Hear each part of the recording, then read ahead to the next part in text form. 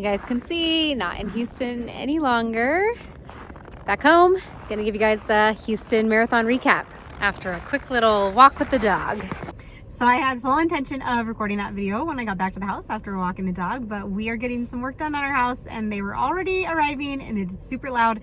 So here we are recording this Houston recap in my car, but I think we all know I am not known for my amazing video skills, so I think it is okay.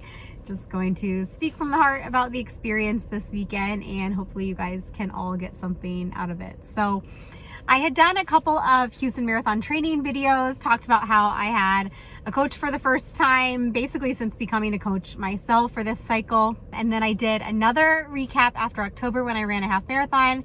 And I apologize, but I didn't do any since then. But it was kind of a whirlwind right after that because I got COVID the beginning of November, and then things just got crazy as the holidays do. Luckily, I bounced back from COVID pretty quickly, as did my husband. We both got it. But I was definitely a little nervous with that happening right smack in the middle of training, especially with starting this training cycle with a foot injury. But that got better and better as time went on. I continued to see a PT. And ultimately, I was going into the new year with my foot feeling pretty close to 100% and feeling really good. So other than a foot injury at the beginning of this training cycle and COVID, it all went really, really well. So before the race, obviously I was tapering. Big thing was looking into the weather, starting 10 days out and starting the freak out about that. You know, those things you cannot control. Just simply because it was showing it was going to be pretty warm, mid 70s, and humidity, which you can definitely expect in Houston. And although mid 70s would be great on a regular day, it's not great for racing. And yeah, that was just kind of the thing. I was hoping that the weather would get better, but was what it was. And I was just excited about really going into this race, feeling strong and being grateful that my foot was feeling good. And I was just really appreciative of what my coach was able to help me create over this cycle with the workouts that she gave me. And when you talk about trusting the training, I feel like I went into it feeling like I was prepared as I possibly could be. So I showed up that start line, you know, ready to roll. So when we got to Houston, I'll back up a little bit. That first day, my husband and I went to the expo. He was running the half. We went to dinner. Didn't have a ton of time on that day. And then the next day was Saturday. And then the race wasn't until Sunday. And so Saturday we just left for kind of hanging out. We did a meetup for the shakeout run with my coach and some of the rest of her team, as well as one of my athletes was there. So that was super exciting to get to meet her in person. She was running the marathon. And then we met later for a dinner, which we went to Grotto. Highly recommend if you're running Houston Marathon. And so that day, that's what that really was kind of all about, eating all the simple carbs. So that's what I was doing. Pasta, bagels, you know, bread. I think I had like a sandwich or something midday. And then taking in all the electrolytes, lots of sodium. And so that looked like Element. I was taking Scratch Hyperhydration, which has like over 1,700 milligrams of sodium, a lot. So definitely when you're going into a situation where you know you're going to be sweating a lot, that would be a really good one to have.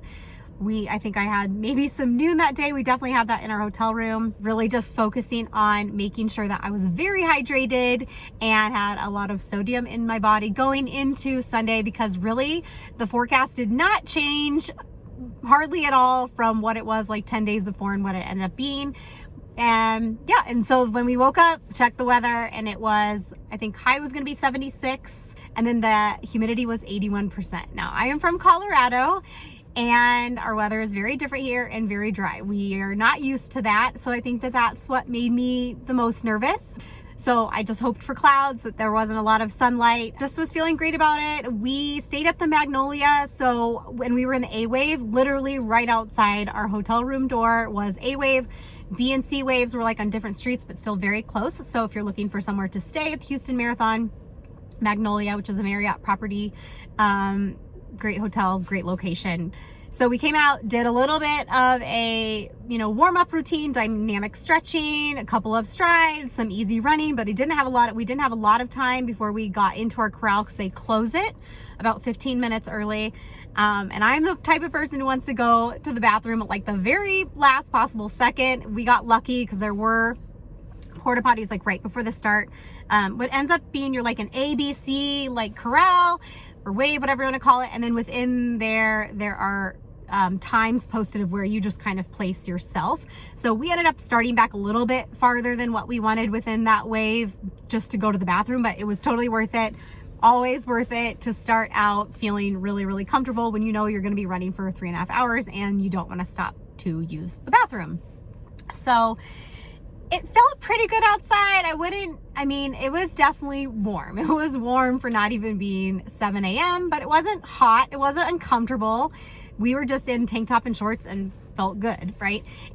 Humidity, I don't know that I felt that right away or anything, but we definitely felt it when, after the first mile or two, and we were sweating more than normal, which I did notice that in the shakeout run the day before. I said to my husband, I'm like, I never sweat this soon into an easy run. So that was just a big difference. And that was what was going through my head early on. So I'll kind of just start here with the start of the race. My husband and I got to start together because he was going to be keeping about the same pace for his half marathon that I had planned on for my marathon. My coach wanted me to start out at 8:10 per mile for like the first 5K, 10K, I believe. And so that's what we did. I think our first mile, though, I looked at my watch and was like 8:30. I'm like, typically I'm like, have to slow myself down. And that point, I'm like, why doesn't this feel super easy? So we got the pace a little faster, and that mile ended up being 8:17, which ended up being the slowest mile of my entire marathon, which is typically my goal, to have those first couple miles be the slowest of the entire race, but it was off of what I was supposed to be. So I started to get that back in the next couple of miles, but we just felt really dialed into the race already, and that isn't how I typically like to be or feel. In fact, my husband and I ran a half marathon together in October at like the same exact pace, and we were laughing and chatting and kind of making ourselves stay slower for that half marathon. This was very different. It was like we had to stay very focused to stay into this pace. We both commented to each other, this doesn't feel easy. Like, it didn't feel hard, but it should have felt easy, and it didn't. So I got a little bit nervous about that, but just tried not to think ahead. Just stay in this mile. Just do what you're supposed to do. You're supposed to be at these 8:10s. And also, first water stop came up, and I decided to take water right away. I almost always skip the first water station in a marathon because I just don't need it. And I keep a small bottle of water and a small bottle of Tailwind on me as well. But this time around, I just had that feeling of like, you know what? I think this is just going to be a situation where I'm probably stopping at every water stop because I'm sweating a lot more than normal, and I just need to stay hydrated. It's going to be really important to have the energy that I need at the end of the marathon, because you got to remember, guys, it's not just about having the fuel that you need, but it's staying hydrated and having those electrolytes as well, so you're not cramping or anything like that. So I was doing that early on. Came in right around 8:10s, maybe 8:11 or something around that first 5K. Was similar for the 10K. And when I passed the 10K, I was supposed to start moving down to 8-minute miles. I didn't. I made the very conscious decision to stay around that 8:10, that I didn't want to go sub 8s yet. And I just was like, you know what? This is just going to be a situation where I'm not feeling amazing right now. I want to stay in this range and make a decision more when I get to like 10-13 miles, which is what I did. Cut down, I think, a little bit the pace in that time from where it was. Maybe it was like 8:07, 8:08, something like that. And then I came in at the halfway mark, I believe, around, I think it was an hour and 47 minutes. So I definitely was off of my 3:30 time goal. I don't think I said that yet, but my goal was to get sub 3:30. So my coach and I had a plan together, of what this was going to look like so that I would get this sub 3:30. She felt pretty confident that I would be in like the 3:26 to 3:29 range. We kind of planned for a couple different scenarios, and I was definitely going the route of erring on the side of caution. So I adjusted as I went. In that kind of time frame too, my husband split off at 7.5 miles. We turn a corner or turn to the right where the half marathoners go to the left, and it was just weird. I even commented to someone next to me. I'm like, wow, it just got really quiet. Like there was a lot of crowds before that, and then you turn, and very pretty in that area, but just very calm and quiet. And kind of in that moment, things started to really shift in my brain of just getting even more focused and thinking about how I wanted to approach the rest of the race. And I felt like I was more in a groove at this point. Things were feeling smoother, and I was just sticking to the plan that I'd already decided for myself, both ahead of time and within the race, of going to every water station. Even though it's going to take off a little bit of time, I know this is necessary. I was running through the water stations for the most part versus walking, but it's hard to get that water down, and that was my biggest thing. Like, get the water in your body at these hydration stops, right?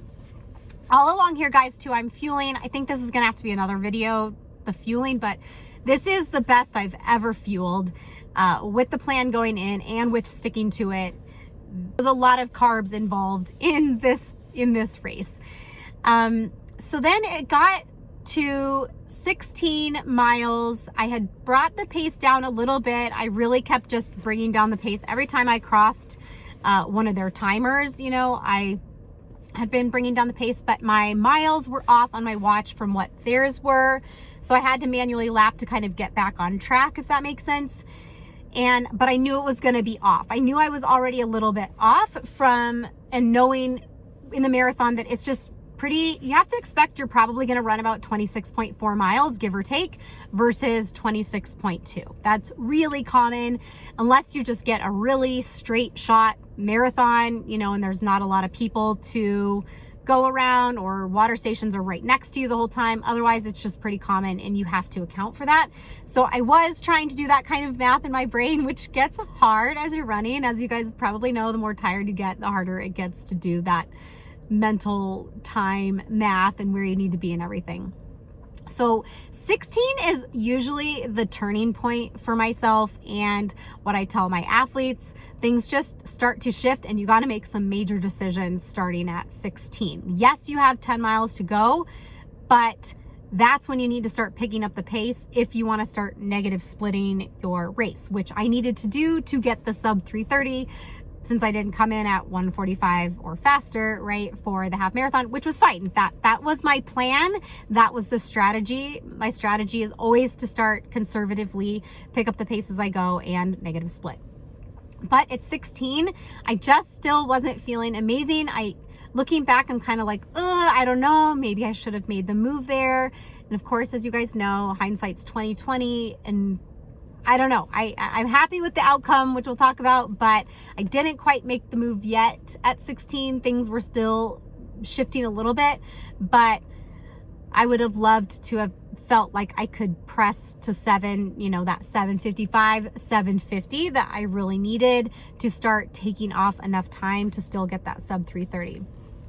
When I got to 18, we crossed a marker. I think at that point, that's when I started to really dial in and say to myself, you have run 8 miles at marathon pace in workouts over and over. You've been here before. Trust your training. Just start going. Start doing it and start nailing the pace that you know that you're supposed to.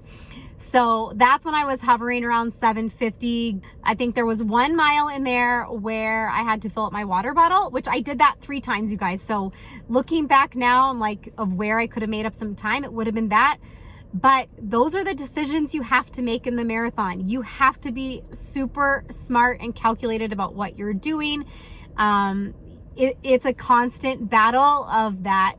You know, do you take a risk or are you prudent in this moment so that you can be strong later on? And I made that prudent decision to quickly fill up my water bottle with a cup of water, just so I always had that water to have when I needed to take a gel, or just if I needed more. I didn't ever want to have a point where I was feeling overly thirsty or dehydrated. I knew it would come back to bite me.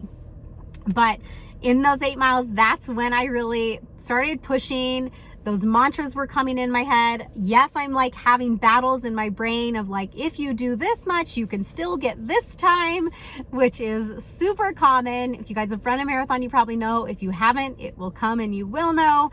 And that's where you've got to push that devil off your shoulder and keep reminding yourself, trust the training. You've done this. You can do this. You know, I'm saying whatever it takes to convince myself that I can stay in this. And this is also about the point where I'm trying to, you know, pick off people. This is a strategy that I suggest that you do. So kind of keeping your eye on a particular person and thinking about, okay, I'm going to slowly close in on that person.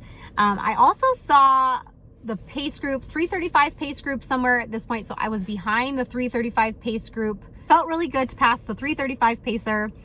And the whole goal was just like, keep ticking off these miles, keep going as hard as you can. I would look at my watch every so often, but I really did not hone in on looking at my watch too much. This was just like go time. And then somewhere along the way I got a little confused and I thought we were coming up on mile 20 and I look and it's mile 19, which is like, dang it, you know, I thought we were farther along than this. And so that messed me up a little bit. But once, I think it was mile 20. So there's this song that I really like. It's called Tick, Tick, Boom. And I will do this in a marathon where I will like literally sing out loud to good songs. And it just gives me extra energy. People around me probably think that I am crazy. But like certain phrases, like Whatever It Takes came on and I'm like singing that. But right after 20, that song came on and I said, tick, tick, boom. And it just like gave me this good rush of energy. I was just feeling really excited. And at that point, I knew 3:30 was going to be really tough. I was doing enough math in my head that I'm like, I'm going to have to get down to like 7:35s at this point, which would be really difficult. That's essentially my tempo pace. But I still was feeling great. I honestly, I had some weird, like, numbing, tingling sensations through my legs a few times, but nothing like crampy. But I think that that's really normal. And I definitely had that at CIM too. It's almost like this energy flowing through your body, but also you're really freaking tired. Your legs are exhausted, all those things. So, yeah, so I just kept cutting down the pace. I was seeing like 740 something, and it's just like, hey, go as hard as you possibly can. And then I was looking at average pace on my watch. So it would go from like 805, 804, 803. And I'm saying to myself, you know what? I don't know if 330 is going to be possible, but more than anything, I just wanted to say 7:59 on my watch, because a 330 marathon is 7:59 pace per mile. And I knew I was going to end up running more than a marathon. And so I was just telling myself, you know what? If I can at least get this down to 7:59 on my watch, I will know that had this been exactly 26.2, like if I had that line that Kipchoge had for his sub 2 marathon perfectly run, that I could have done this in a sub 3:30. This was just something really important to me. You know, and these are the types of things that you just kind of got to do to keep motivating yourself when you're really, really tired at the end of a marathon. So I was so close as we were getting to the last mile. And then as soon as I crossed, I was at 8. And as soon as I crossed 26 miles, it clicked down to 7:59, like not very long after that. And I was pushing so hard. My pace at the very, very end was like right around 6-minute miles, which just, that's why we do strides, guys, is so that you can do that huge, amazing, fast finishing kick at the end of the race. And I was just honestly crossed the finish line, super ecstatic. And also the other thing I guess I should say is at the end of that too, I knew that I was really close to getting in 330s. And so I'm like, you got to get under 331. You got to get 331. Like, it's not going to get 330, but just get to the 330. And then so I came in at 330.54. And yeah, like even my coach asked me or just saying like, if there was disappointment around not getting the sub 330 and just being so close, because it's kind of one of those things where with 3.5 hours, you think you could have picked up 54 seconds somewhere, right? And I just wasn't. I was so happy about how smartly I ran the race, and having that discipline and self-control in the beginning was really important. And I knew some decisions that I made throughout made a big difference in the way that the energy felt at the end of the race. And there's so much to be celebrated in that. And there's so many more wins with races other than just time goals. Do I still want the 3:30? Of course I do. And I'm going to go for that this year. If not Boston, like Chicago will be a really, really good course for that. But I got a 2-minute 40-second PR, and there's just nothing to be mad about that. When I had a huge negative split marathon, just really ran it well. And it's another learning experience, just like any races, and I just had a huge smile on my face. I had tears at the end. I cry in every marathon. It's just, there's nothing like it. I just felt so grateful crossing that finish line that I have the health to be able to do this, to have had the training cycle that I ended up with. This was my lowest mileage training cycle between CIM in 2021, Boston last year. This was by far my lowest mileage training cycle because we had to start slower because of my foot. I wasn't in a health-wise position to be doing the type of mileage in the beginning that I would normally. And then that week off from COVID really set me back as well, because then we had to kind of build back up a little bit from that.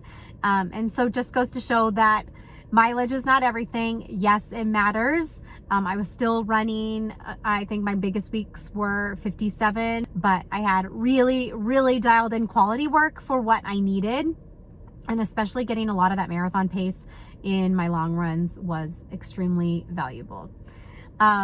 So yeah, after the fact, guys, you are finishing with the half marathoners. So you kind of filter in there. So those half marathoners were they probably started after me, but finishing around 3 hours or something like that.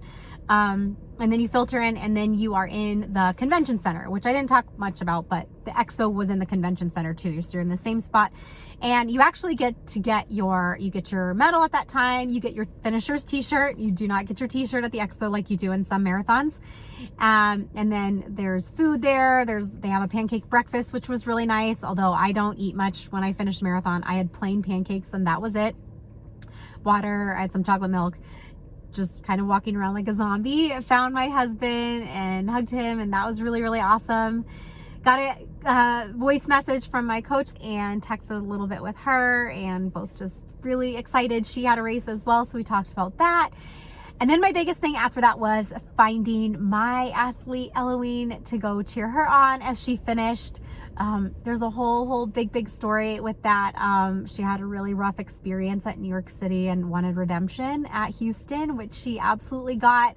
And watching her cross that, I guess I didn't watch her cross the finish line, but almost. We were down a little ways, so I knew she was going to finish. But honestly, that was just the biggest highlight of my day. It is one thing to, have your own experience and put all of your training to work and see what you can achieve is something wonderful, but to coach an athlete and see some hardships that she overcame and how brave she was to get back out there and do the marathon again and watch her finish it's just absolutely amazing. And being there with my husband was such a cool experience. So it was a fabulous day, a fabulous weekend with awesome people. And as always, I just feel really grateful to be able to do what I love and have the health in my body and mind to be able to do that. And that's something I think that we take for granted a lot. I'm excited about what's next and what Boston's going to look like. That's the next race on the agenda. But thanks for your support, guys. Can't wait to hear about your guys' races coming up as well. Let's have an awesome 2023, and I'll talk to you guys soon.